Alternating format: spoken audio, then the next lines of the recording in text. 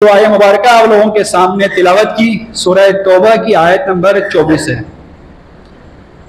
आयत मुबारक का शान नुज़ूल कुछ इस तरह है कि जब रसूलुल्लाह हिजरत फरमा रहे थे, जब हिजरत का मौका आया तो उस वक्त कुछ लोग तरद्दुद का शिकार हो चुके हैं, क्योंकि हिजरत करना कोई सिर्फ हमारा यहाँ से कहीं और चले जाना सिर्फ ना था। हिजरत करना किसी ने अपने बाप को छोड़ना था, किसी ने अपनी अमवाल को छोड़ना था, किसी ने अपने बच्चों को छोड़कर जाना था, किसी ने अपनी पूरी जिंदगी की जमा पूंजी को छोड़कर जाना था रसूलुल्लाह के साथ, किसी ने अपनी अज़वाज को छोड़कर जाना था, किसी ने अपने बच्चों को छोड़कर जाना था। तो ये एक सख्त किस्म का इम्तिहान था उन लोगों पर जो तरद्दुद का शिकार हुए, और ये तरद्दुद का शिकार होना ये फितरत का तकाजा है कि इंसान ऐसी चीजें जिनसे मोहब्बत करता है फितरी तौर पर, वो इस आयत मुबारक के अंदर खुदावंद ताला ने गिनवा दी हैं। खुदावंद ताला इरशाद फरमाते हैं कि कुल ए हबीब कह दीजिए, इनकान आबाउकुम व अबनाउकुम व इखवानुकुम व अज़वाजुकुम व अशीरतुकुम, कि अगर तुम्हारे बाप, तुम्हारे बच्चे, तुम्हारे भाई, तुम्हारी बीवियां और तुम्हारा कुम्बा, तुम्हारा खानदान, आगे बयान करते हैं वह अमवाल तरफ तुम हो, और वो अमवाल जो तुमने खून पसीने से कमाया है। इसके आगे वह तिजारतुन, और वो तिजारत तगशौना कसादहा, ऐसी तिजारत जिसके कम होने का तुम्हें खदशा हो, और मसाकीन तरज़ौनहा, और वो महल्लात और वो घर जो तुमने बनाए हैं खूबसूरत खूबसूरत, जब तक अहब्बा इलैकुम मिनल्लाहि व रसूलिही, जब तक उनकी मोहब्बत तुम्हारे दिलों में अल्लाह और उसके रसूल से ज्यादा है। इन 8 चीजें गिनवाई हैं इस आयत मुबारक में, और आगे यह बयान कर फरमाया कि अहब्बा इलैकुम मिनल्लाहि व रसूलिही, इन 8 चीजों की मोहब्बत अगर तुम्हारे दिल में रसूलुल्लाह की जात अक़दस और खुदावंद ताला से अगर ज्यादा हो, फिर इसका अंजाम क्या है? इसके अंजाम में फरमाया कि फतरब्बसू, बस तुम लोग इंतजार करो, हत्ता याति अल्लाह, यहां तक कि खुदावंद ताला तुम लोगों के बारे में फैसला करे। इन्नल्लाह ला यहदिल कौमल फासिकीन, कि खुदावंद ताला हरगिज किसी फासिक कौम की हिदायत नहीं करता है। यह आयत मुबारक ज़ाहिरन शान नुज़ूल के एतबार से हिजरत के मौके पर नाजिल हुई, और वाकई यह मौका भी था इस आयत मुबारक के नुज़ूल का। मगर इसके अलावा इस आयत मुबारक आज के दौर में हिजरत के बाद जितने लोग आए हैं, जितनी अक़वाम आए हैं, जितने मुसलमान आए हैं, उनके लिए इस आयत मुबारक से क्या हासिल होता है? हमारे लिए इस आयत मुबारक के अंदर क्या चीज़ बयान की गई है कि हमें अपनी ज़िंदगी में किस चीज़ को अहमियत देनी है, किस चीज़ को अहमियत नहीं देनी है। जिस चीज़ को भी अहमियत दोगे तो उसके नतीजे के लिए तुमने इंतजार करना है। यह तुम्हारा इख्तियार है कि तुम किस चीज़ को इख्तियार करते हो। तुम अपने बेटों की मोहब्बत में गलत काम अंजाम देते हो उनकी ख्वाहिशात को पूरा करने के लिए, तुम अपनी बीवियों की ख्वाहिशात को पूरा करने के लिए मुख्तलिफ जरायों से हराम कमा कर लाते हो, तुम अपने खानदान की किफालत के नाम पे मुख्तलिफ गलत काम अंजाम देते हो। क्यों? क्योंकि तुम्हें उनसे ज्यादा मोहब्बत है। तुम उनकी मोहब्बत में, अपने बाप की, बेटे की, बीवी और भाइयों की मोहब्बत में, तो उसकी मोहब्बत को तुमने ज्यादा दर्जा दिया खुदा और रसूल की मोहब्बत पर।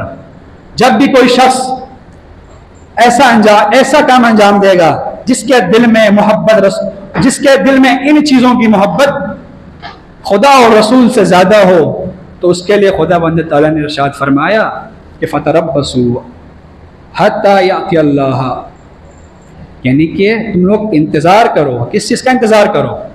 कि तुम्हारा फैसला हो, यानी कि फैसला अभी मुग़ल्लक़ है। यानी कि अगर तुम लोग सही नतीजे, सही काम अंजाम देते तो तुम्हारा फैसला तो हतमी था, तुम्हारा फैसला हो चुका। मोमिनीन का फैसला खुदावंद ताला ने कुरान में मुताबिक जगहों पर फरमा दिया है। तो देखें, इस आयत मुबारक के ज़िम्न में आपके सामने इताअत व इत्तिबा रसूलुल्लाह सल्लल्लाहु अलैहि वसल्लम के उन्वान से कुछ गुजारिशात पेश करना चाहूँगा। इस आयत मुबारक में और इसके अलावा मुतअद्दिद आयात में इरशाद फरमाया है कि रसूलुल्लाह की मोहब्बत जरूरी है हर चीज के लिए। अगर तुम लोग चाहते हो कि खुदा तुमसे मोहब्बत करे, अगर तुम लोग चाहते हो कि खुदा खुद तुमसे मोहब्बत करे, तो तुम लोग मेरी इत्तिबा करो। फत्तबिऊनी, रसूलुल्लाह ने फरमाया कि मेरी इत्तिबा करो तुम लोग। आयम वर्ग का मफहूम है, अगर तुम लोग रसूलुल्लाह की यानी कि रसूल के जात की इत्तिबा करोगे तो उसका अंजाम है कि खुदावंद ताला खुद तुम लोगों से मोहब्बत करेगा। नतीजा देख रहे हैं आप, रसूलुल्लाह की मोहब्बत हम सब पर लाजिम और फर्ज है। इसी तरीके से रसूलुल्लाह की मोहब्बत की अहमियत को उजागर करने के लिए देखें हम पर लाजिम है, क्या लाजिम है कि हम अपनी जिंदगी के हर मसले में जहां तक मुमकिन हो, अगर उस मसले के हवाले से, उस काम के हवाले से, उस चीज के हवाले से अगर कोई रहनुमाई रसूलुल्लाह की जात में पाई जाती है तो हत्तल इम्कान उसकी इत्तिबा करनी चाहिए। यहां पर दो अल्फाज का फर्क आपके सामने बयान करना चाहता हूं। रसूलुल्लाह की दो हैसियतें हैं, एक बतौर नबी के और दूसरी बतौर बशर के, इंसान होने के एतबार से। नबी होने के एतबार से रसूलुल्लाह ने खुदावंद ताला का कलाम जो कुरान मजीद है उसको हूबहू इंसानों तक पहुंचाया।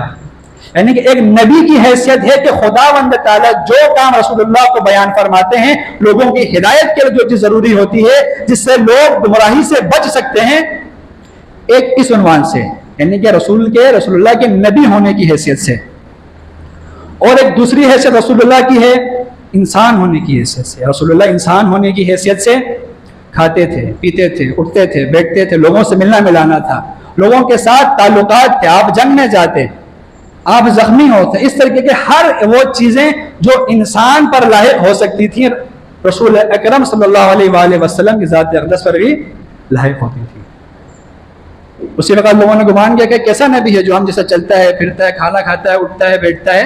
वो ताज्जुब कर रहे थे, क्यों कर रहे थे? क्योंकि उनके नजदीक किसी नबी का होना इंसान का गैर थी, कि मावराई मखलूक का होना की मिसाल जैसी थी कि भाई अगर वो इंसान है तो वो नबी नहीं हो सकता है। तो आपके सामने बयान किया कि नबी की दो हैसियतें हैं, एक उसके नबी होने के एतबार से, एक उसके इंसान होने के एतबार से रसूलुल्लाह का।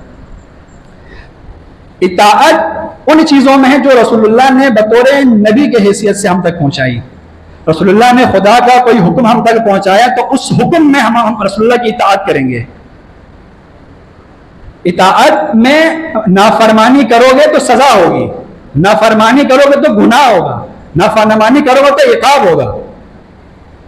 मगर इत्तिबा में, इत्तिबा है इश्क का मरहला है कि आपको रसूलुल्लाह से कितनी अहमियत, कितनी मोहब्बत है। हम बतौर मुसलमान इत्तिबा हम सब पर लाजिम है।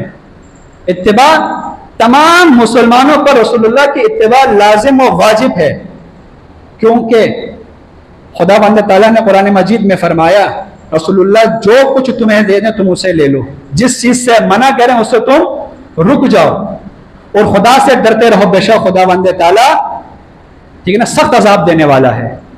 ये उन मामलात में है कि जब नबी ने कोई खुदा का हुक्म आप तक पहुंचाया है उसमें किसी किस्म की कोई नाफरमानी, किसी किस्म की कोई कोताही हरगिज़ काबिल कबूल नहीं है। मगर रसूलुल्लाह का एक दूसरा पहलू है बतौर इंसान के, बतौर बशर के, कि रसूलुल्लाह क्या क्या चीजें अंजाम देते थे।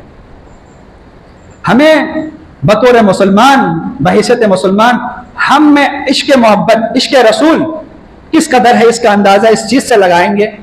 एक मयार यह है कि हम रसूलुल्लाह की इत्तिबा किस कदर करते हैं, हम रसूलुल्लाह की इत्तिबा करने की कितनी कोशिश करते हैं। इस चीज से यह फैसला होगा कि आप और मैं, हम खुद अपनी जाती जिंदगी में और इज्तिमाई जिंदगी में किस कदर रसूलुल्लाह से इश्क करते हैं। आज के दौर में खासकर इश्क के दावेदार हमें बहुत मिलेंगे। हमें से हर एक ये दावा करता है कि मुझसे बड़ा कोई आशिक रसूल नहीं है, मुझसे बड़ा कोई रसूलुल्लाह को चाहने वाला मुमकिन नहीं है हो। हम सबका ये दावा है। क्या ये दावे का होना फकत काफी है? मोहब्बत के कुछ तकाजे हैं, मोहब्बत कुछ कुछ चीजों से पता चलती है कि आपको मोहब्बत है या नहीं किसी हस्ती से।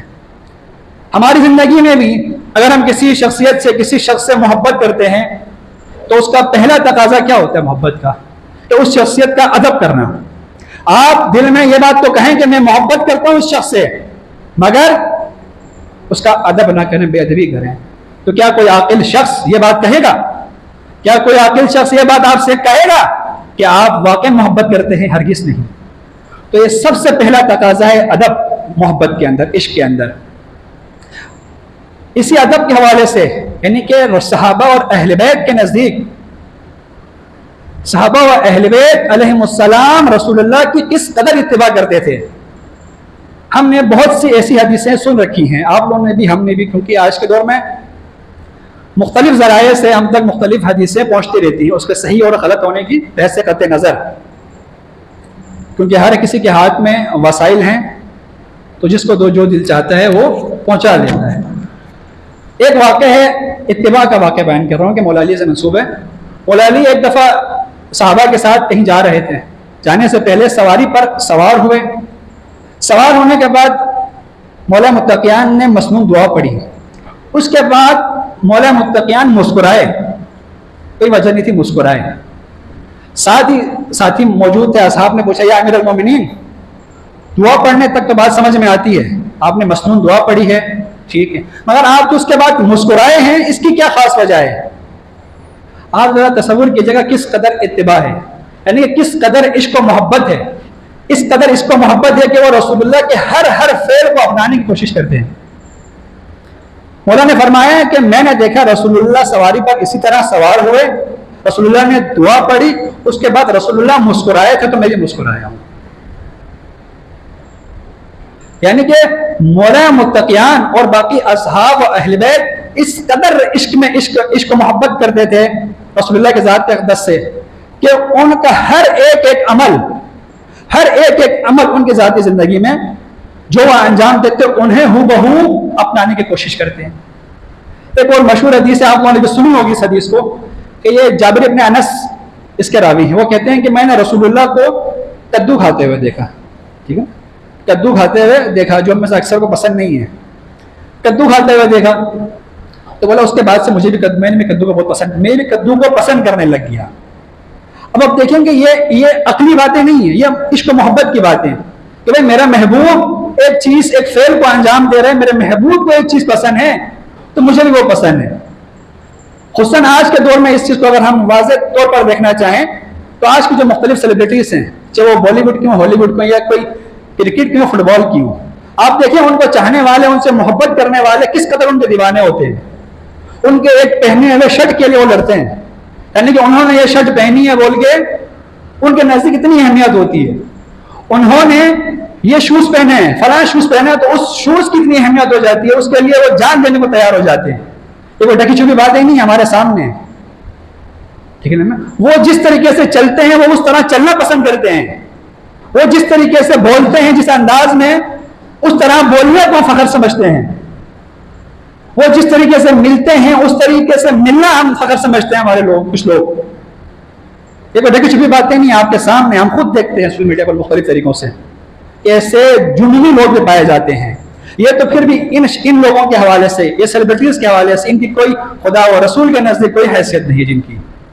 मगर जब हम यही फेल अंजाम देते हैं अपने रसूल के, अपने हबीब के हवाले से कि उन्होंने जो पहना हम वही पहनेंगे, उन्होंने जो खाया हम वही खाएंगे, होना तो यही चाहिए, मगर जिसको तौफीक हो, जो कर सकता है, जिस कदर इसके अंदर मोहब्बत हो, वो उसी कदर, यानी कि उससे ज्यादा का इंसान मुकल्लफ भी नहीं है। जिस कदर इंसान को जिस शख्सियत से मोहब्बत होती है वो हद तक इम्कान कोशिश करता है कि उसी की मोहब्बत में ढल जाए, उसी की तरह तरीके में ढल जाए। तो आपको बहुत सारी चीजें मिलेंगी, जैसे कि कद्दू खाने वाली मिसाल। इसके अलावा बहुत सारी हदीसें कि रसूलुल्लाह जब वजू करते थे, वजू के पानी को उठाने के लिए असहाब तैयार बैठे होते थे, यानी कि मेरे रसूल ने इस पानी को इस्तेमाल किया है, इसको जाया होने नहीं दूंगा मैं। इस कदर असहाब के अंदर मोहब्बत पाई जाती थी, इस कदर मोहब्बत करते थे। सबसे पहला तकाजा है इश्क रसूल का, मोहब्बत रसूल का, वो है कि अदब करना। और हत्तल इम्कान, अदब का तकाजा यह है कि हत्तल इम्कान अपनी जिंदगियों में, अपने रोजमर्रा के मामलात में, इनफरादी हैसियत में और इज्तिमाई हैसियत में रसूलुल्लाह की ज़ात के अंदर उस हवाले से कोई रहनुमाई पाई जाती है, अव्वल कोशिश करें उस रहनुमाई तक पहुंचने की। अगर पहुंच गए तो उस पर अमल करने की कोशिश करें, अगर नहीं तो कोई मसले की बात नहीं है। सामीन करम, रसूलुल्लाह की मोहब्बत एक इताअत है, एक मोहब्बत है। इताअत में आपसे बयान किया कि कोई राय फरार इख्तियार, कोई राय फरार नहीं है। इसमें आपको लाजिमन इत्तिबा करना, लाजिमन इताअत करनी है। अगर ना करोगे तो आप गुनहगार होगे। इत्तिबा के अंदर ये इश्क का मामला है कि जिस कदर हमें अपने प्यारे रसूल, प्यारे हबीब से मोहब्बत होगी, उससे हम मोहब्बत करेंगे। जिस कदर मोहब्बत होगी उसी के हिसाब से हम अपने हबीब को फॉलो करने की कोशिश करेंगे। मोहब्बत का तकाजा यह भी है कि रसूलुल्लाह जिस शख्सियतों से मोहब्बत करें हम उनसे मोहब्बत करें, जिनसे बुग़्ज़ रखें हम उनसे बुग़्ज़ रखें। ऐसा मुमकिन नहीं है कि हम रसूलुल्लाह से मोहब्बत का दावा भी करें और साथ में उन लोगों से भी मोहब्बत का दावा करें जो रसूलुल्लाह जिनको दुश्मन समझते हैं। रसूलुल्लाह सबसे ज्यादा किससे मोहब्बत करते थे? अपने अहले बैत अलैहिस्सलाम से। अपनी अहले बैत से ज्यादा रसूलुल्लाह किसी से मोहब्बत नहीं करते थे। मुतअद्दिद अहादीस के अंदर रसूलुल्लाह ने यह बयान फरमाया, मशहूर हदीस, मुतअद्दिद अहादीस में रसूलुल्लाह ने इरशाद फरमाया कि मेरे अहले बैत से तुम लोग मोहब्बत करो, ठीक है, मेरे बाद मेरे अहले बैत को ना छोड़ना, मेरे बाद मेरे अहले बैत के दामन को पकड़े रखना। किसी यकीनन रसूलुल्लाह सल्लल्लाहु अलैहि वसल्लम की ज़ात अक़दस समय तवक्को नहीं कर सकते थे, ना कर सकते हैं कि रसूलुल्लाह किसी ऐसे लोगों की इत्तिबा करने का हुक्म दें जो हमें गुमराही की तरफ ले जाएं। असलन ऐसा मुमकिन नहीं है। यकीनन रसूलुल्लाह ने यह जो हमें हुक्म दिया है कि अहले बैत को थामे रखो तुम लोग, वो इसी वजह से है कि इन्हीं के सबब से हिदायत हम तक पहुंचती है। यही वो लोग हैं जो उन्होंने रसूलुल्लाह के बाद उम्मत की हिदायत की। रसूलुल्लाह जिनसे मोहब्बत करते थे सबसे ज्यादा, उनमें आपके नवासे हज़रत इमाम हसन और हज़रत इमाम हुसैन के ज़ात अक़दस है।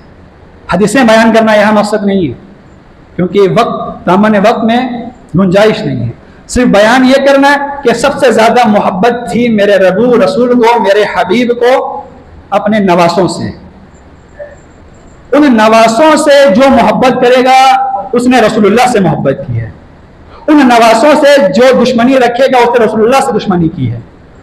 अब आए, जिन नवासों से रसूलुल्लाह इस कदर मोहब्बत करते थे, उनसे अगर कोई दुश्मनी करे तो हम पर लाजिम है कि हम भी उनसे दुश्मनी करें। यह मुमकिन नहीं है कि हम दावा तो करें रसूलुल्लाह से मोहब्बत का, मगर रसूल के नवासे पर जिन्होंने मजालिम ढाए उनको हम कुछ ना बोले, उनको हम बुरा भला ना बोले, या उनके लिए बोझ ना रखें दिल के अंदर, या अलल ऐलान। यह मुमकिन नहीं है, दो चीजें जमा नहीं हो सकती हैं कि अदब का तकाजा, इताअत का तकाजा, इत्तिबा का तकाजा ये कि रसूलुल्लाह जिस चीज़ से मोहब्बत करते, जिन शख्सियात से मोहब्बत करते, उनसे हमें भी मोहब्बत करनी चाहिए। रसूलुल्लाह जिन शख्सियात से मोहब्बत नहीं करते, उनसे हमें भी मोहब्बत नहीं करनी चाहिए। इसी तरीके से रसूलुल्लाह मजलूमों की मदद करते थे, मजलूमों से मोहब्बत करते थे, जालिम से कभी भी मोहब्बत नहीं करते थे। रसूलुल्लाह हमेशा, रसूलुल्लाह ने अव्वल से आखिर तक हमेशा मजलूमों की मदद की है और मजलूमों की मदद करने का भी हुक्म दिया है। आज देखें, आज के दौर में खुसूसन कोई 100 दिन से जायद हो चुके हैं। गजा के अंदर मजलूमीन मुहासरे के अंदर हैं। तसव्वुर करें कि मुहासरे में है अक़वाम मगरिब के, इसराइल और उसके हामियों के। मुहासरे का मतलब क्या है कि वो अंदर बंद हैं एक खास एरिया तक, न वहां तक कोई ग़िज़ा जाने का बंदोबस्त है, न पानी का बंदोबस्त है। खुदा जाने वहां वो कैसे जिंदगी बसर कर रहे हैं। बहैसियत मुसलमान हम सब पर यह लाजिम है कि उनसे अव्वल मजालिम के खिलाफ हम एहतजाज रिकॉर्ड कर रहे हैं हर फोरम पे, जहां हो सकता है हमसे, जो इस्तिताअत है हमारी, जहां हम कर सकते हैं। मजलूमीन की मदद के लिए हमेशा दुआ करें, उनको इस ऐसे नाजुक मौकों पर अकेला ना छोड़े। मुमकिन है हम में से किसी एक की दुआ लग जाए, मुमकिन है हम में से किसकी दुआ लग जाए, खुदा जाने, खुदा दिलों का हाल जानता है। तो हमें हर हाल में इन मजलूमों को, इन मजलूमीन का जिक्र करते रहना चाहिए, बार बार इनके लिए दुआ करते रहनी चाहिए और जालिमीन के लिए हमेशा बद्दुआ करनी चाहिए। तो ये खुलासतन अगर मैं आपको आपके सामने अपनी तबीयत का पेश करूं तो खुदावंद ताला ने रसूलुल्लाह को मबऊस किया दो हैसियतों में। रसूलुल्लाह की दो हैसियतें थी, एक नबी होने की हैसियत से, एक बशर होने की हैसियत से। नबी होने की हैसियत से जो अहकाम रसूलुल्लाह हम तक लाए वो कुरान और अहादीस, उनकी इत्तिबा में किसी किस्म की मुखालिफत जायज़ नहीं है। उनकी अगर मुखालिफत करोगे तो जहन्नम में और खुदा के दुश्मन करार दोगे। और दूसरी हैसियत रसूलुल्लाह की है बशर के, इंसान के, कि रसूलुल्लाह बशर हैं। बशर होने के एतबार से उनकी इत्तिबा हम पर लाजिम है। इत्तिबा का मतलब क्या बयान किया कि जिस कदर आपको आपके रसूल से, आपके प्यारे हबीब से इश्क है, उसी कदर, उसी हिसाब से आप उसको फॉलो करने की कोशिश करें। वो क्या पहनते हैं, क्या खाते हैं, कैसे उठते हैं, कैसे बैठते हैं, लोगों से कैसे मिलते हैं तो कैसे मिलते हैं, इन तमाम उमूर में, इंफरादी और इज्तिमाई में हमें रसूलुल्लाह की इताअत के अलावा इत्तिबा करने की भी ज़रूरत है। और साथ में जिन लोगों को रसूलुल्लाह दोस्त रखे उन्हें दोस्त रखना, जिन लोगों को रसूलुल्लाह दुश्मन रखे उनको दुश्मन रखने की ज़रूरत है। और ये इत्तिबा का लाजिमा है।